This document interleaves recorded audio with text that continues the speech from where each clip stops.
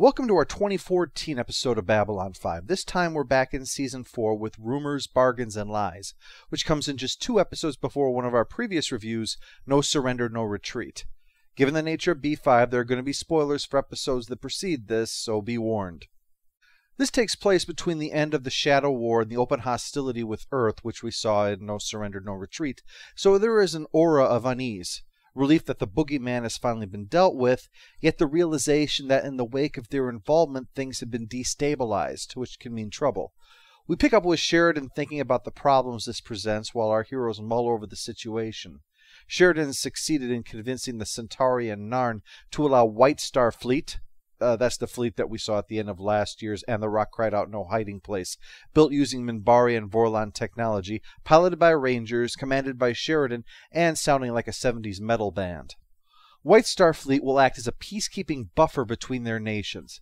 Getting the members of the non-aligned worlds to go along with this, though, especially because this is essentially giving authority to an outside force to perform police activities on the borders without their control, well, you can understand why they might be leery about that. But with the state of things now, with the tension, the former Shadow allies, and raiders on the loose, it is a way to preserve the peace.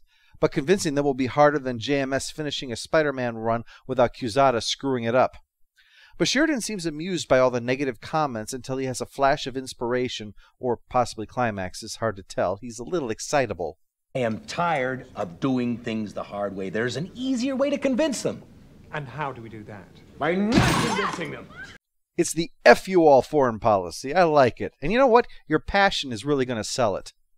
Dr. Franklin, in his expert medical opinion, thinks it's probably a case of blue balls since Delenn is off dealing with the Minbari.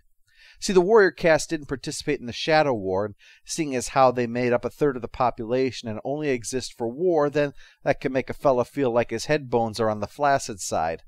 Take that and figure in the way that the Earth-Minbari War ended with the religious caste stepping in before they can finish it, and well, they've been stepping on each other's toes for a while now. And it seems that despite their ape does not kill ape rule, the two have now gone to war. Delenn's distraught at the idea of civil war, partly because of the pointless death and destruction it will bring to a world of beauty and peace, and partly because she fears she may have triggered it because she dissolved the chairless robed mumblers of secrets, aka the Grey Council. So she's rendezvousing with Neroon, that warrior caste guy who kicked Marcus's ass back in Grey 17 is Missing, an episode I'd rather not have thought about again. JMS probably feels the same. So we have the two plots, Sheridan trying to get the non-aligned worlds to accept Whitestar protection. I was wrong, it sounds more like a toothpaste. And Delenn to deal with bringing the Civil War to an end. Hence the title. Both plots will depend on rumors, bargains, and lies, as will many of the characters. Sheridan's here asking Londo not to tell anyone about the patrols and to deny them if pressed, even though he's hoping that the Centauri and Narn acceptance would actually inspire the others to do it, and hopefully it will, just not directly. This is an episode about misinformation and manipulation. It's part of the evolution of Sheridan. He came aboard to command the station. He became the general in a great war. Now he has to be geared for politics in an entirely different way.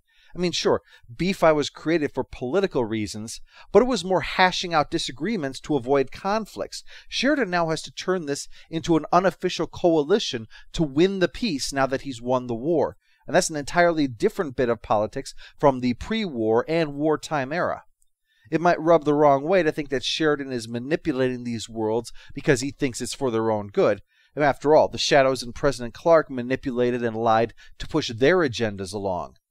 At the same time, though, that's part of how the political game works. Sheridan's going to have to play it if he's going to win this.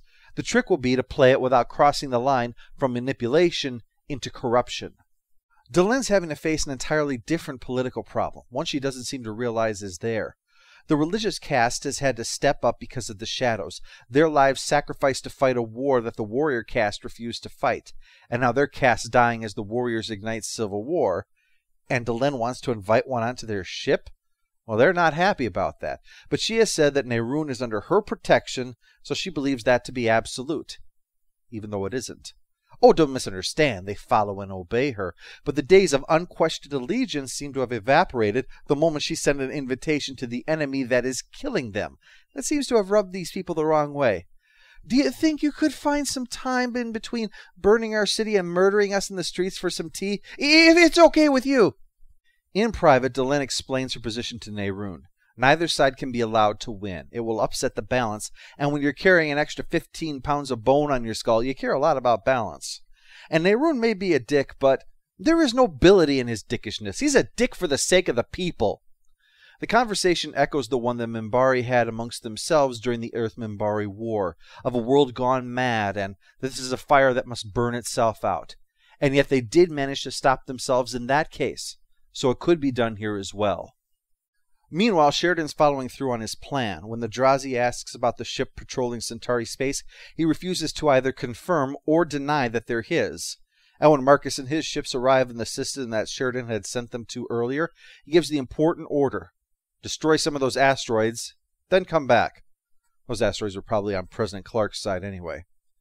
And Londo, he's true to his word, on maximum denial. He even mocks the Drazi's beady little eyes there. Big eyes, and great big scanners, and great big,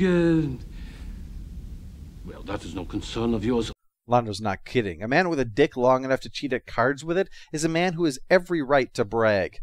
Obviously, after this, the Drazi are even more convinced that they're hiding something. About the ships, I mean. Londo, of course, will hide nothing when it comes to his junk.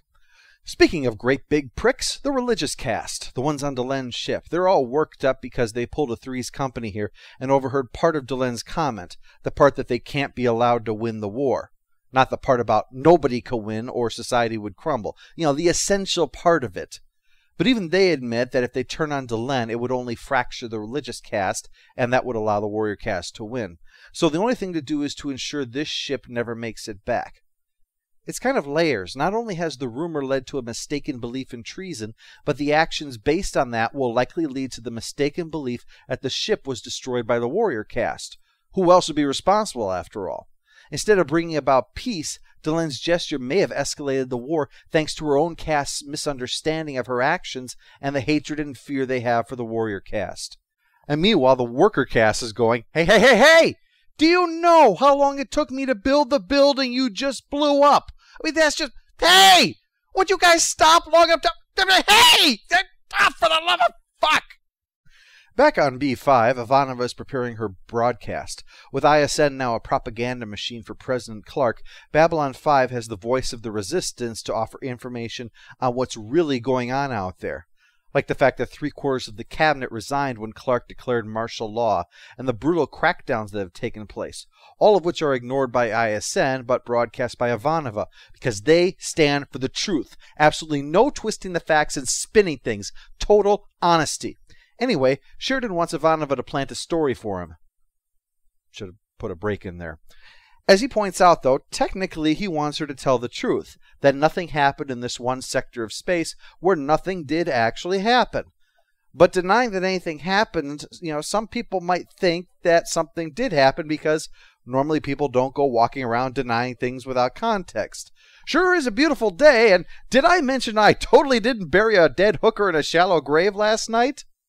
Back on the Mary Celeste, everything's in place to poison them all and just float off into the void. But then one of the warrior caste attacks Nehruin, and they learn that there will be no surrender, so they're all about to martyr themselves for nothing, and there's no 72 virgin reward for that. But luckily Lanier overheard their plot and gets really sick saving their asses, while Delenn unwittingly rubs salt in the wounds, praising them all for their unwavering loyalty and dependability. And as soon as we get back, we are all getting ice cream for being such a model of devoted, non-suicide bombing followers. She does everything short of give them an award for most unlikely to ever martyr themselves over a misunderstanding. Back on B5, the League of Non-Aligned Worlds assembles to call Sheridan in, and in keeping with the theme, refuses to actually confront him with what they think, only demand that they get the same patrols that the Centauri are getting. But Sheridan says he can't do that unless he had the authority to stop ships, which of course they would never give him. But they definitely state that they will give him that authority and join in with their ships if the Whitestar fleet should have some larger operation at work. Check and mate. Yeah! Lanier finally comes around and blames the whole thing on a malfunction and not sabotage. When asked why he didn't rat them out to her, Lanier explains that he had to deceive her because she believes in the nobility of the religious caste, even if it's more than what they actually are, and he didn't want to destroy that belief. But then he soon sees Nehruin slip away in secret, and Nehruin sends a message that he knows all the religious caste's plans and that they don't have the stomach for a war. Is this a betrayal of Delenn or an attempt to trick the warrior caste? Because there's no way to know, because in this episode, nothing is straightforward. When you get to Season 4, there's not much in the way of standalone episodes, so in a way, they're all mandatory viewing.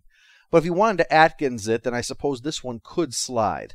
But still, I give it a stamp of recommended. The intrigue is interesting, and some of the dialogue sharp, and seeing Nehruin like this shows how multifaceted the characters of the show often are. If I were to criticize anything, it'd be that it wasn't quite enough to cover the whole 45 minutes. It might have been better to show things entirely from the League's point of view and then let us in on the end that this was Sheridan pulling all the strings. To have the political intrigue with the Minbari on one side and then this mystery plot on the other. But still, the episode works and does show this other side of Sheridan that he's going to need given what happens at the end of the season. Overall, it's a fine outing.